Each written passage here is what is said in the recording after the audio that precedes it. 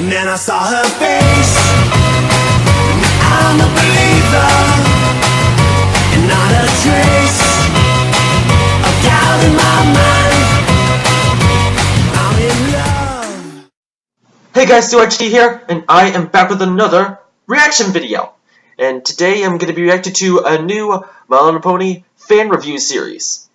And as for this fan review series, this one is called Horseshoe Reviews, and it is by Manchild Incorporated. And as for this episode, I'm going to react to the very first two of the series. And the ones are Princess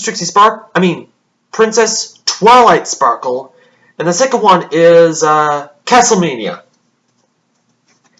So yeah, I'm going to start off with Princess Twilight Sparkle because that's like the premiere of the season 4.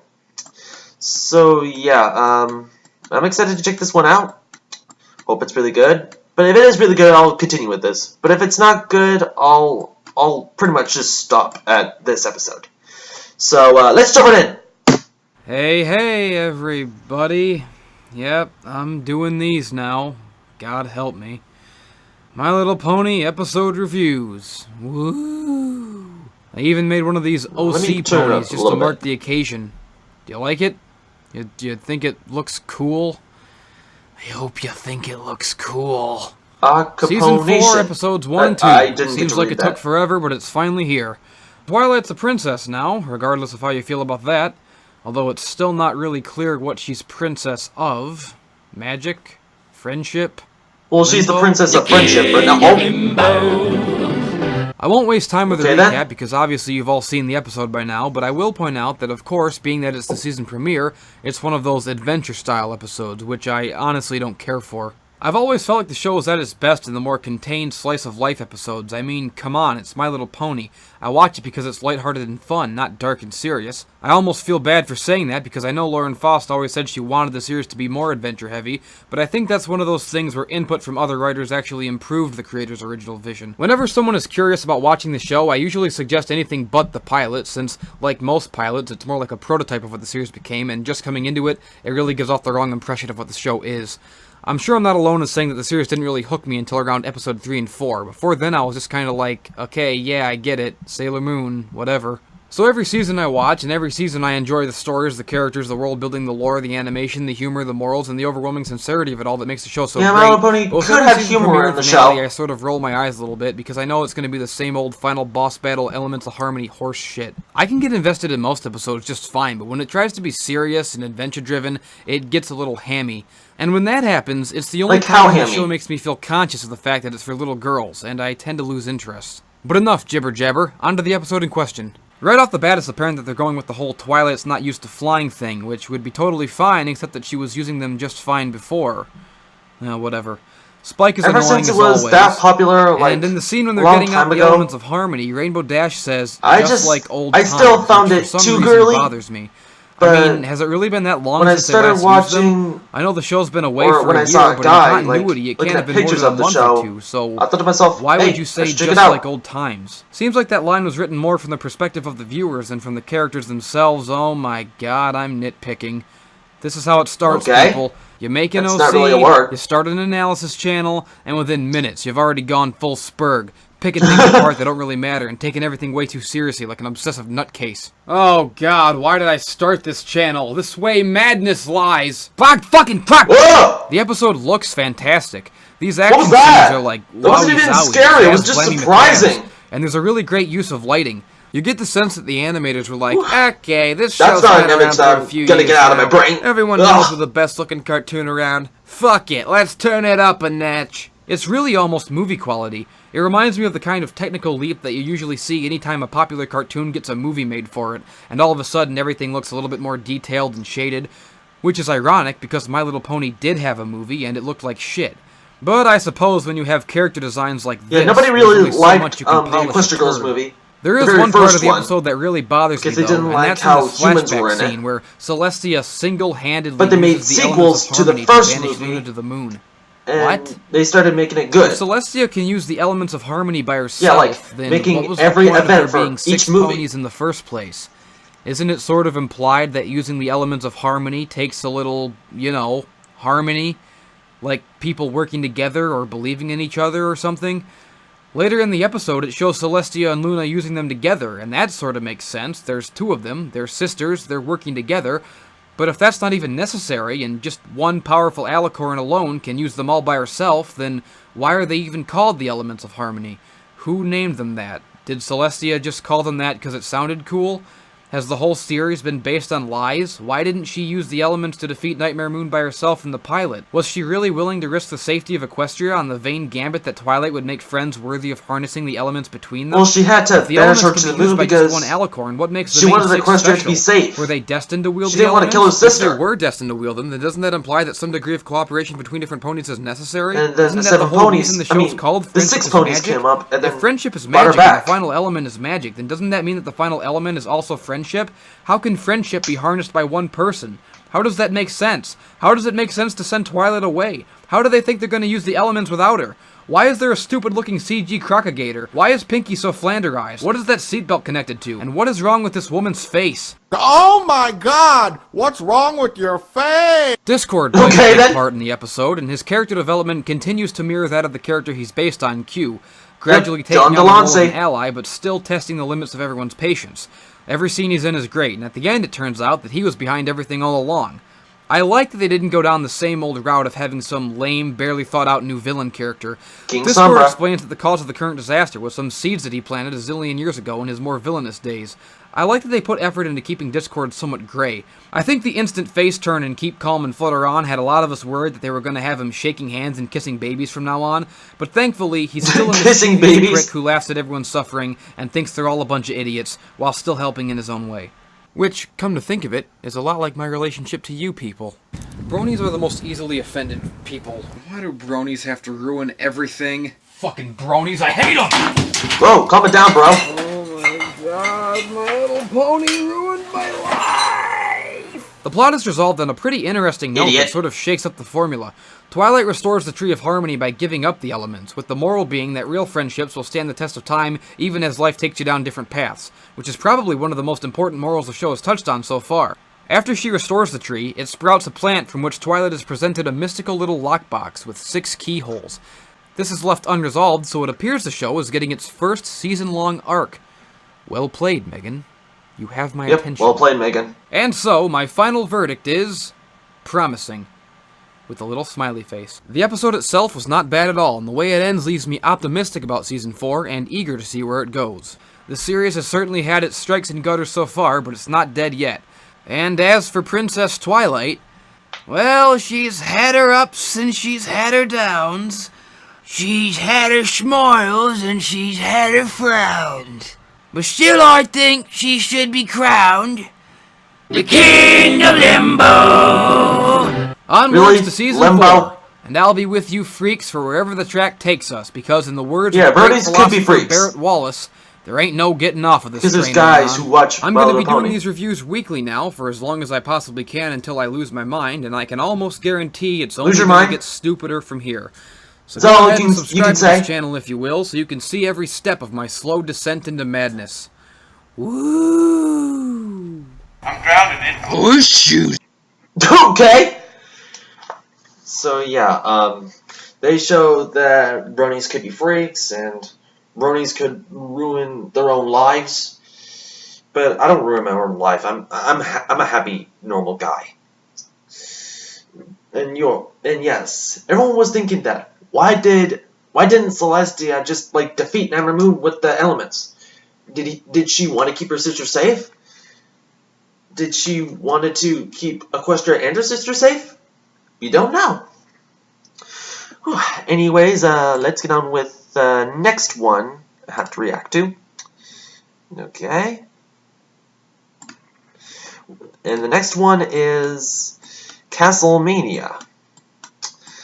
So yeah, let's hear this guy's review on this episode. Okay. Anyways, let's jump it in! Season 4, Episode 3, titled Castlemania. Yep, nice. Castlemania. This episode starts with Rainbow Dash and Applejack doing their whole sporty spice, power dyke, sexual tension thing. This cartoon's only big enough for Well, they're one all covered in tomboyishly bees. athletic character. Why don't you make like a tree and get out of here? It's leave, Biff. Make like a tree and leave. It's a little thing, but I really like whenever they acknowledge each of the main six having different dynamics and relationships with each of the others, just like any group of friends in real life. When Applejack and Rainbow Dash hang out, they encourage each other's competitive streaks, and their friendly rivalry Really? forms the basis That of their art? chemistry. Oh! Rainbow Dash and Pinky have a similar sense of humor, whereas Twilight and Applejack Seriously, both tend to be a cupcakes? little annoyed by Pinky's outlandishness. Just as Rarity and Applejack butt heads over their very different personalities and values, while Rarity and Fluttershy, being the two most overtly feminine characters, are often seen together and seem to bond over their femininity. Rainbow Dash also seems to have a close Why? with Fluttershy, despite being complete opposites. Why do you do this? She seems both consistently frustrated with Fluttershy's meekness, while also being very protective of her and pushing her to excel. These are all very realistic and relatable types of chemistry that friends tend to form with each other, with the exception being Pinky, whose wildcard optimism makes her love everybody equally, and Twilight. You know what, I'm done. Because Stop she's it with the main clock! character and a princess now. So why am I pointing out? You might be thinking, well, duh. Of course they interact. Does he have the mystery machine as a cutie mark? Characters in this show are good. That's like brony propaganda 101. I know that after 3 years of Did he watching the find show, all a this sticker stuff is of the good, mystery but I machine still and enjoy put it on seeing his flank? explored, because I believe good stories tend to The come Scooby-Doo from gang are gonna characters kill you and for not this. the other way around. The main characters and their interactions with each other should always take center stage. I could watch a show with no plot whatsoever as long as the characters play off each other well. The ensemble episodes are fine, but I'm especially fond of the ones that focus on exploring the relationship between two characters. Examples being Look Before You Sleep, Green Is Not Your Color, Hurricane Fluttershy, because those are the ones that have the most room to explore the nature of friendship, which is important because it's kind of the theme of the entire show. It's in the title. Well, And you even can more to the always point, it like was try also to a big fix part a of the moral of friendship season problem. 4's premiere. Remember Applejack's whole spiel about how the elements might have brought us together, but our friendships with one another have blossomed into something genuine that doesn't need the elements to stay in each other's lives. Hot dog. If the writers are really on their diggity A game do. here, they would make that idea be the running theme of the whole season, and have this season contain more episodes focusing on different pairs. I think the show could only benefit from more episodes like that. Pinky would certainly benefit from it because she's the most underdeveloped in that regard. Aside from pranking with Rainbow Dash, I can't really think of a close bond she has with any of the other main characters. She just kind of, by default, loves everyone. Will pairing up different combinations of ponies be a running theme this season? Well, we'll just have to wait and see, won't we? But this episode certainly seemed to go in that direction. Everybody was paired up. So the plot of the episode is that they're all spending the night in this spooky old castle. But instead of just having them all gather around on some assignment from Celestia, the writers actually went all the way with the horror movie theme, and just like a typical horror movie, the characters all just so happen to converge in the setting for different reasons. Think The Haunting, or The House on Haunted Hill. In those kinds of movies, the characters usually don't know each other beforehand, so the haunted house and their fear of it There are some becomes their adults common bond, that and it travel creates around a character mansion. dynamics and a sense of tension unique to the genre. Obviously, the main six all know each other, but by keeping them in separate pairs, oblivious to each other's presence, you sort of get that same kind of tension here. All three pairs think they're alone, and they're more vulnerable because of it. Not to mention those great one-on-one character moments I love so much. It would have been easy to just drop all of the ponies off at the castle together, but instead, they chose a theme for the episode and ran with it all the way. So why are they all in this creepy, dangerous castle? Well, Spike and Twilight are there on an assignment from Celestia, Rarity and Fluttershy came in search of old royal fabrics, because apparently Rarity's insane, and Applejack and Rainbow Dash came there on a dare. See how all these motivations for coming to the castle are perfectly in line with the specific bonds and and Pinky habits the two was the characters one normally that's have between causing them. all that You've got trouble. Twilight and Spike's The, student-assistant the haunted relationship on stuff. display. These two are here on some girly crafting escapade, and these two are here to stubbornly compete for bragging rights. It all fits with what we know about the characters and how they interact with each other. So now they're all spending the night in this creepy castle. Seriously? And strange things That? are a hoof. Get it? I said a hoof instead of a foot. Someone or something. Stop it with the is causing all creepypasta-ness. kinds of otherworldly calamities Jeez. playing a creepy organ. I'm sure anyone out there with a functioning brain had the same reaction I did. The Pony of Shadows! It's Pinkie Pie. It's Pinkie Pie. Have you all spent the whole night running around scaring each other? Well, that depends. On what? On whether or not you're the Pony of Shadows. It's Pinkie Pie! Okay then, Gaku, Oh my god, it's Pinkie Pie. Never watched, Wow, I didn't see that coming. Yeah. Dragon Ball Z. Predictable as it may be, Pinkie Pie took a backseat in this episode. Took me a while for me to remember the title. Which is probably for the best, considering how badly the character tends to be written in episodes dealing with the entire Seriously, how is Dragon Ball Z so popular? Play the organ? Because I didn't. Gotta check out the show sometime. I have a lot I could say about the ongoing Flanderization of Pinkie's character, and I will. That video's coming. Suffice to say, she seems to have devolved from comic relief to village idiot, and it's fucking annoying. But for now, let's gloss over it, because we don't got all day, and I don't want to get off track. This episode was pretty good, all things considered. But let's consider those things. Here are some minor complaints and grievances I had about this episode. At the beginning of the episode, Rainbow Dash and Applejack are covered in bees as part of their dare to see who's the most daring. But when the bees fly away, they're both wearing protective bee suits. Yep. How is that daring? They were wearing protective suits. If I had a bee suit, I would let bees crawl on me all day. I like bees. If you didn't have to worry about being stung, why wouldn't you cover yourself in bees? I'd walk through Detroit like that, just daring someone to try and rob me. Oh, what's that? You want my wallet? Well, sure, all you gotta do is get past the bees, motherfucker!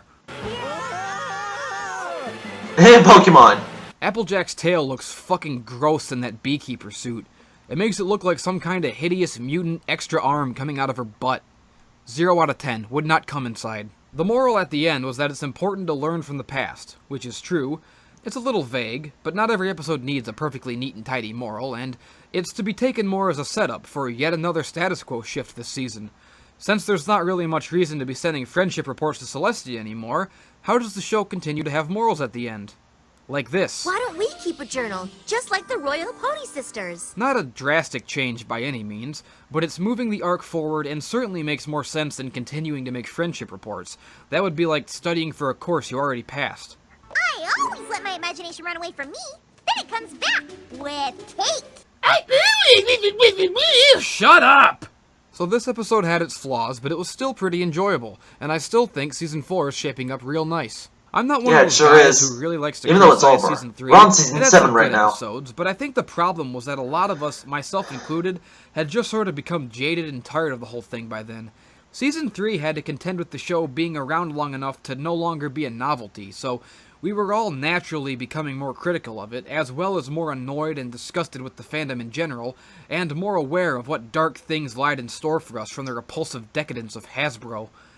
I think these factors combined just sort of drove us all into a negative mindset, and there was sort of a dark cloud hanging over the entire season. But watching Season 4, my interest in the show feels very much rejuvenated. Maybe I just had to get sick of the whole thing so that I could rediscover what I liked about it so much in the first place. Or maybe I just like this.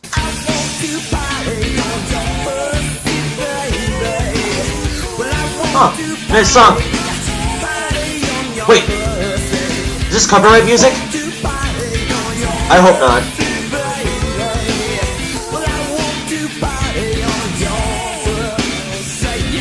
Really? I'm drowning in horseshoes. So much, Fluttershy's plot?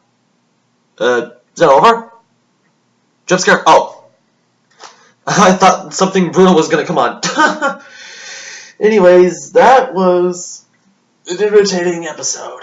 So yeah, we've been convincing the others, you know, the characters in the show, that Pinkie Pie was the Pony of Shadows. And of course, at the beginning, really? Claw pictures? Why does every single video has to include Clop pictures? Because I hate Clop, and Clop makes me sick! Seriously, dude, that is unacceptable. You should not put Clop pictures in your video, because you'll get a community guideline strike! Okay, I'll stop.